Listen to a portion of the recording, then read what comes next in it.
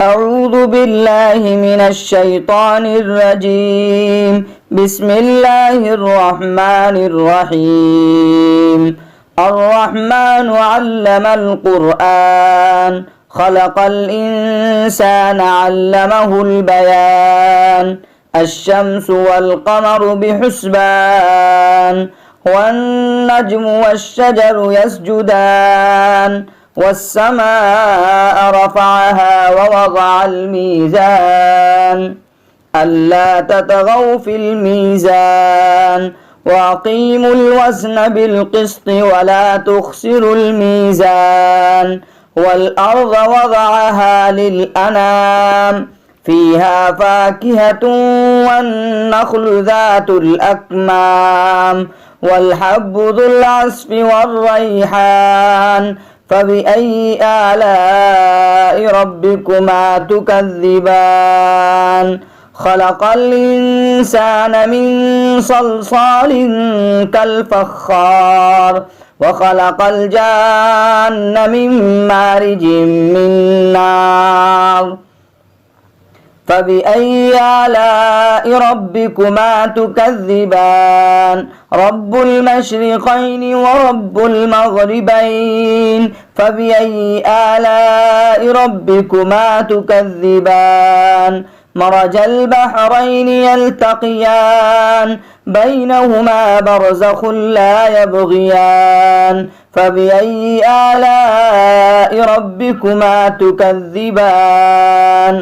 يخرج منهما اللؤلؤ والمرجان فبأي آلاء ربكما تكذبان وله الجوار المنشآت في البحر كالأعلام فبأي آلاء ربكما تكذبان كل من عليها فان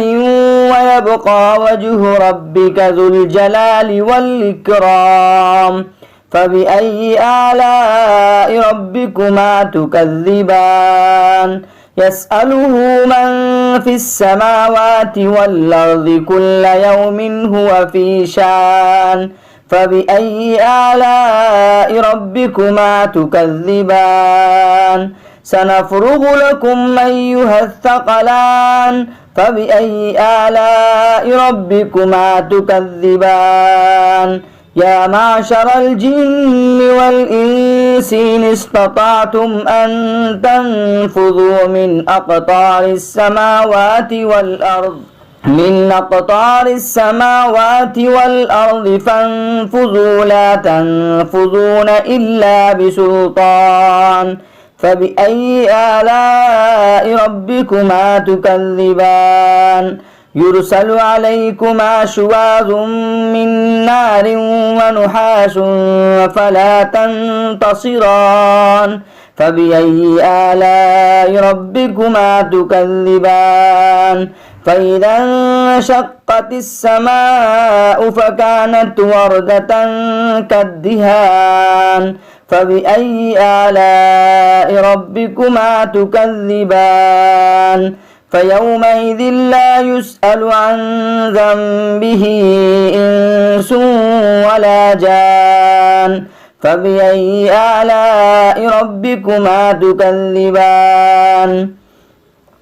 يعرف المجرمون بسيماهم فيؤخذ بالنواصي والأقدام فبأي آلاء ربكما تكذبان هذه جهنم التي يكذب بها المجرمون يطوفون بينها وبين حميم آن فبأي آلاء ربكما تكذبان ولمن خاف مقام ربه جنتان فبأي آلاء ربكما تكذبان ذواتا أفنان فبأي آلاء ربكما تكذبان فيهما عينان تجريان فبأي آلاء ربكما تكذبان فيهما من كل فاكهة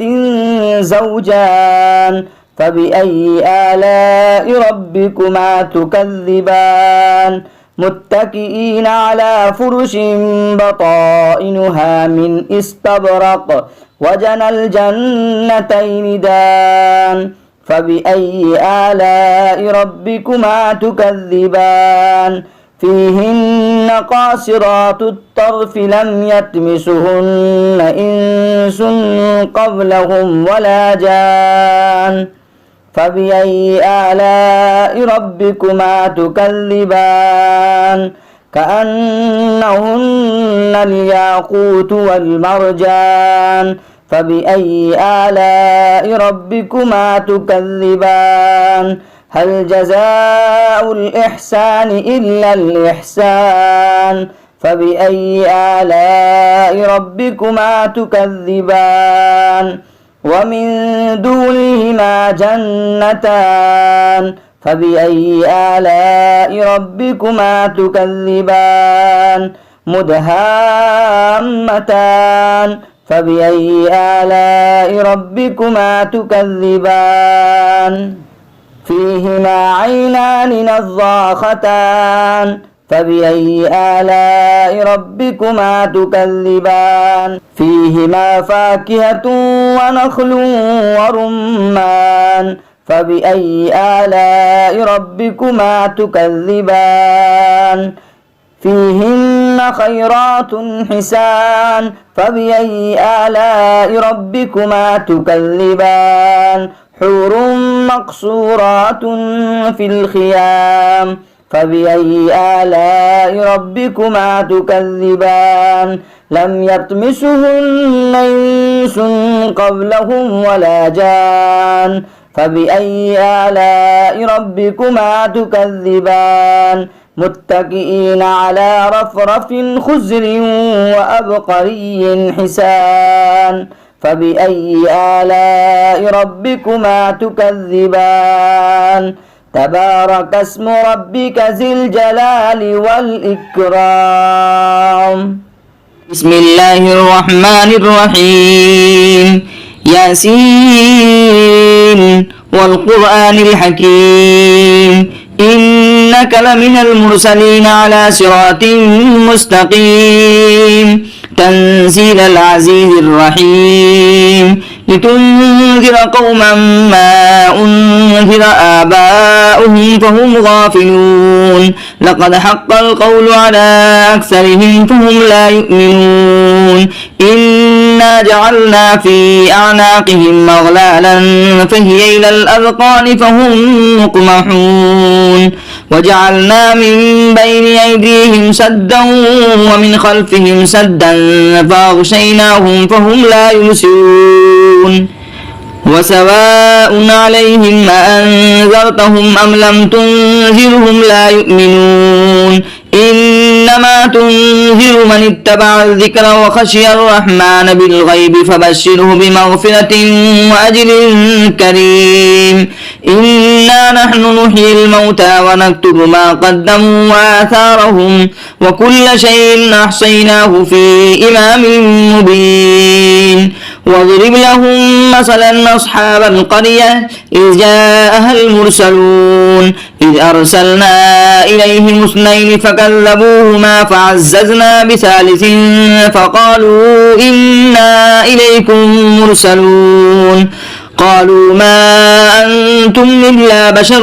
مثلنا وما أنزل الرحمن من شيء إن أنتم إلا تكذبون قالوا ربنا يعلم إنا إليكم لمرسلون وما علينا إلا البلاغ المبين قالوا إنا تطيرنا بكم لئن لم تنتهوا لنرجمنكم وليمسنكم منا عذاب أليم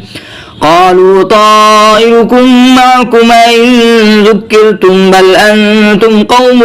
مسرفون وجاء من أقصى المدينة رجل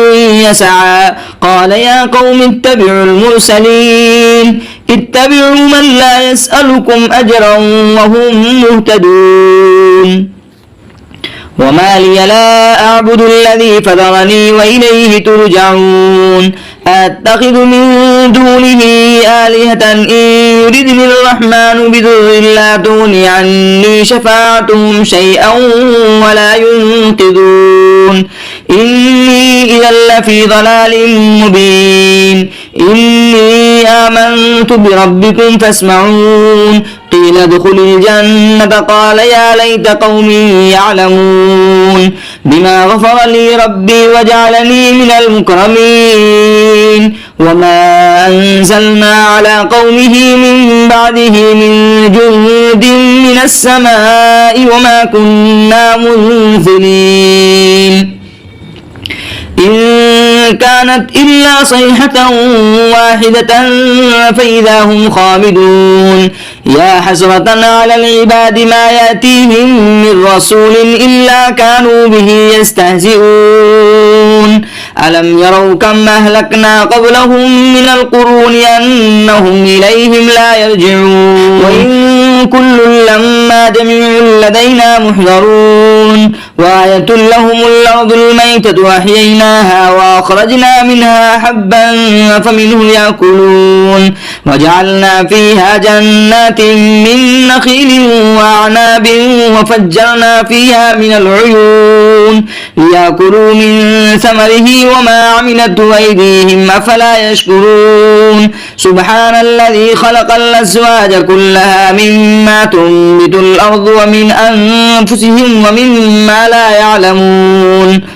وآية لهم الليل نسلخ منه النهار فإذا هم مظلمون والشمس تجري لمستقر لها ذلك تقدير العزيز العليم والقمر قدرناه منازل حتى عاد كالعرجون القديم لا الشمس ينبغي لها أن تدرك القمر ولا الليل سابق النهار وكل في فلك يسبحون وآية لهم أنا حملنا ذريتهم في الفلك المسحون وخلقنا لهم من مثله ما يركبون وإن نشأ نغرقهم فلا صريخ لهم ولا هم ينقذون إلا رحمة منا ومتاعا إلى حين وإذا قيل لهم اتقوا ما بين أيديكم وما خلفكم لعلكم ترحمون وما تأتيهم من آية من آيات ربهم إلا كانوا عنها معرضين وإذا قيل لهم أنفقوا مما رزقكم الله قال الذين كفروا للذين آمنوا أنطعموا من لو يشاء الله أطعمه إن أنتم إلا في ضلال مبين ويقولون متى هذا الوعد إن كنتم صادقين ما ينظرون إلا صيحة واحدة تأخذهم وهم يخصمون فلا يستطيعون توصية ولا إلى أهلهم يرجعون ونفخ في السور فإذا هم من الأجداث إلى ربهم ينسلون قالوا يا ويلنا من بعثنا من مرقدنا هذا ما وعد الرحمن وصدق المرسلون إن كانت إلا صيحة واحدة فإذا هم جميع لدينا محضرون فاليوم لا تظلم نفس شيئا ولا تجزون إلا ما كنتم تعملون إن أصحاب الجنة اليوم في شغل فاكهون هم وأزواجهم في ظلال على الأرائك متكئون لهم فيها فاكهة ولهم ما يدعون سلام قولا من رب رحيم وامتازوا اليوم أيها المجرمون ألم عاهد إليكم يا بني آدم ألا تعبدوا الشيطان إنه لكم عدو مبين وأن اعبدوني هذا صراط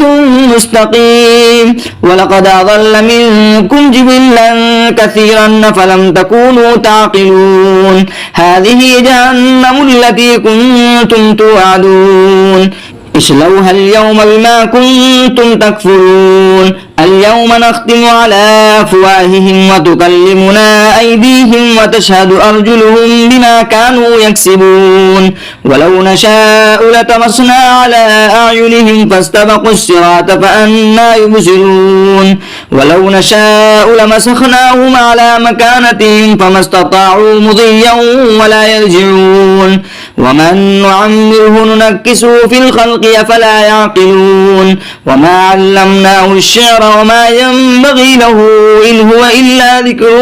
وقرآن مبين لينذر من كان حيا ويحق القول على الكافرين أولم يروا أنا خلقنا لهم مما عملت أيدينا أنعاما فهم لها مالكون وظللناها لهم فمنها ركوبهم ومنها يأكلون ولهم فيها منافع ومشارب أفلا يشكرون واتخذوا من دون الله آلهة لعلهم ينصرون لا يستطيعون نصرهم وهم لهم جند محضرون فلا يحزنك قولهم إنا نعلم ما يسرون وما يعلنون أولم يرى الإنسان أنا خلقناه من نطفة فإذا هو خصيم مبين وضرب لنا مثلا ونسي خلقه قال من يحيي العظام وهي رميم قل يحييها الذي أنشاها أول مرة وهو بكل خلق عليم الذي جعل لكم من الشجر الأخضر نارا فإذا أنتم منه توقدون أوليس الذي خلق السماوات والأرض بقادر على أن يخلق مثلهم بلى وهو الخلاق العليم إنما أمره إذا أراد شيئا أن يقول له كن فيكون فسبحان الذي بيده ملكوت كل شيء وإليه ترجعون. بسم الله الرحمن الرحيم. والنجم إذا هوى ما ضل صاحبكم وما غوى وما ينطق عن الهوى إن هو إلا وحي يوحى علمه شديد القوى ذو مرة فاستوى وهو بالأفق الأعلى ثم دنا فتدلى فكان قاب قوسين أو أدنى فأوحى إلى عبده ما أوحى ما كذب الفؤاد ما رأى أفتمارونه على ما يرى ولقد رآه نزلة أخرى عند سدرة المنتهى عندها جنة المأوى إذ يغشى السدرة ما يغشى ما زاغ البصر وما طغى لقد رأى من آيات ربه الكبرى أفرأيتم اللات والعزى ومناة الثالثة الأخرى ألكم الذكر وله الأنثى تلك إذا قسمة ضيزى إن هي إلا أسماء سميتموها أنتم وآباؤكم ما أنزل الله بها من سلطان إن يتبعون إلا الظن وما تهوى الأنفس ولقد جاءهم من ربهم الهدى أم للإنسان ما تمنى فلله الآخرة والأولى وكم من ملك في السماوات لا تغني شفاعتهم شيئا إلا من بعد أن يأذن الله لمن يشاء ويرضى إن الذين لا يؤمنون بالآخرة ليسمون الملائكة تسمية الأنثى وما لهم به من علم إن يتبعون إلا الظن وإن الظن لا يغني من الحق شيئا فأعرض عمن تولى عن ذكرنا ولم يرد إلا الحياة الدنيا ذلك مبلغهم من العلم إن ربك هو أعلم بمن ضل عن سبيله وهو أعلم بمن اهتدى ولله ما في السماوات وما في الأرض ليجزي الذين أساءوا بما عملوا ويجزي الذين أحسنوا بالحسنى الذين يجتنبون كبائر الإثم والفواحش إلا اللمم إن ربك واسع المغفرة هو أعلم بكم إذا أنشاكم من الأرض وإذا أنتم أجنة في بطون أمهاتكم فلا تزكوا أنفسكم هو أعلم بمن اتقى أفرأيت الذي تولى وأعطى قليلا وأكدى أعنده علم الغيب فهو يرى أم لم ينبأ بما في صحف موسى وإبراهيم الذي وفى ألا تزر وازرة وزر أخرى وأن ليس للإنسان إلا ما سعى وأن سعيه سوف يرى ثم يجزاه الجزاء الأوفى وأن إلى ربك المنتهى وأنه هو أضحك وأبكى وأنه هو أمات وأحيا وأنه خلق الزوجين الذكر والأنثى من نطفة إذا تمنى وأن عليه النشأة الأخرى وأنه هو أغنى وأقنى وأنه هو رب الشعرى وأنه أهلك عادا الأولى وثمود فما أبقى وقوم نوح من قبل إنهم كانوا هم أظلم وأطغى والمؤتفكة أهوى فغشاها ما غشا فبأي آلاء ربك تتمارى هذا نذير من النذر الأولى أزفت الآزفة ليس لها من دون الله كاشفة أفمن هذا الحديث تعجبون وتضحكون ولا تبكون وأنتم سامدون فاسجدوا لله واعبدوه صدق الله العظيم. أعوذ بالله من الشيطان الرجيم بسم الله الرحمن الرحيم إذا وقعت الواقعة ليس لوقعتها كاذبة خافضة رافعة إذا رجت الأرض رجا وبست الجبال بسا فكانت هباء منبثا وكنتم أزواجا ثلاثة فأصحاب الميمنة ما أصحاب الميمنة وأصحاب المشأمة ما أصحاب المشأمة والسابقون السابقون أولئك المقربون في جنات النعيم ثلة من الأولين وقليل من الآخرين على سرر موضونة متكئين عليها متقابلين يطوف عليهم ولدان مخلدون بأكواب وأباريق وكأس من معين لا يصدعون عنها ولا ينزفون وفاكهة مما يتخيرون ولحم طير مما يشتهون وحور عين كأمثال اللؤلؤ المكنون جزاء بما كانوا يعملون لا يسمعون فيها لغوا ولا تأثيما إلا قيلا سلاما سلاما وأصحاب اليمين ما أصحاب اليمين في سدر مخضود وطلح منضود وظل ممدود وماء مسكوب وفاكهة كثيرة لا مقطوعة ولا ممنوعة وفرش مرفوعة إنا أنشأناهن إنشاء فجعلناهن أبكارا عربا أترابا لأصحاب اليمين ثلة من الأولين وثلة من الآخرين وأصحاب الشمال ما أصحاب الشمال في سموم وحميم وظل من يحموم لا بارد ولا كريم إنهم كانوا قبل ذلك مترفين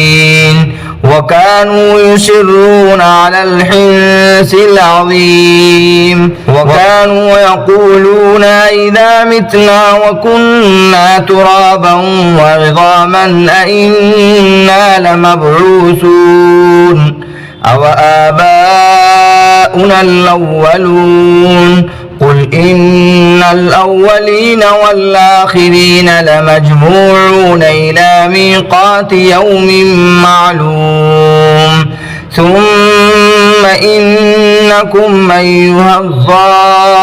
الضالون المكذبون